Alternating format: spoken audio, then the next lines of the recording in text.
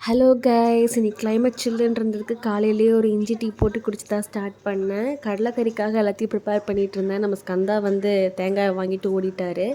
அப்புறம் காலையில் எப்பவும் போல் ஃப்ரைடே இல்லையா, ஸோ சாமியெல்லாம் கும்பிட்டு ஃபர்ஸ்ட் என்ன பண்ணிட்டேன்னா வந்து இந்த கடலைக்கறிக்கு வந்து பிளாக் சன்னா, அப்புறம் வந்து கொஞ்சம் சால்ட்டு, டர்மரிக்கு, வாட்ரு ஊற்றி ஆல்ரெடி வேக வச்சு எடுத்து வச்சுட்டேன். ஸ்க்ரீனில் இருக்கிற மாதிரியே வந்து எல்லா ஐட்டம்ஸையும் அதில் ஆட் பண்ணுங்கள். இது ஆக்சுவலி இந்த ரெசிபி நான் வந்து எப்படி சொல்கிறது, ChatGPT கிட்ட தான் வாங்கினேன். வேறு வழி தெரியல. அத்தன்டிக்கான கேரளா ரெசிபி பார்க்கலாம் அப்படின்னா கொஞ்சம் சிம்பிளாக இருக்கணும்னா ChatGPT கிட்ட தான் கிடைக்கும். ஸோ அதுக்கிட்ட கேட்டு கெஞ்சி கூத்தாடி வாங்கி அதையும் பண்ணிட்டேன். நான் செம்ம சூப்பராக இருந்துச்சு. நான் நார்மலாக அந்த காலிஃப்ளவர் கிரேவியில் போடுற மாதிரி தான் எப்போவுமே வந்து பிளாக் சன்னா செய்வேன். ஸோ இந்த தடவை இப்படி ட்ரை பண்ணி பார்ப்போமே அப்படின்னு சொல்லி செஞ்சு பார்த்தேன். நல்லா இருந்தது. ஸோ நீங்களும் ட்ரை பண்ணி பாருங்கள்.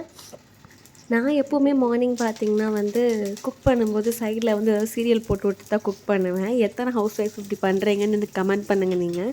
ஏன்னா தனியாகவே குக் பண்ணுறதுனால ஒரு மாதிரி போர் அடிக்கும், என்ன பண்ணுறதுன்னு தெரியாது. யாரோ ஒருத்தவங்க கூட பேசிகிட்டு இருந்தால் நல்லாயிருக்குமே அப்படிங்கிறதுனால சைடில் அது பாட்டுக்கு வந்து சீரியல் ஓடிட்டுருக்கும், அப்புறம் நான் பாட்டுக்கு சமைச்சிட்ருப்பேன். ஸோ இந்த மாதிரி எத்தனை பேர் பண்ணுவீங்கன்னு மறக்காமல் கமெண்ட் பண்ணுங்கள். அப்புறம் எத்தனை பேர்த்துக்கு வந்து கடலைக்கறி பிடிக்கும், நான் ஒரு தடவையாவது சாப்பிடணும்னு ஆசைப்பட்டிருக்கேன் அப்படிங்கிறவங்களும் கண்டிப்பாக மறக்காமல் கமெண்ட் பண்ணுங்கள். இந்த சேனலை லைக் பண்ணி ஷேர் பண்ணி சப்ஸ்கிரைப் பண்ணிக்கோங்க. பாய்.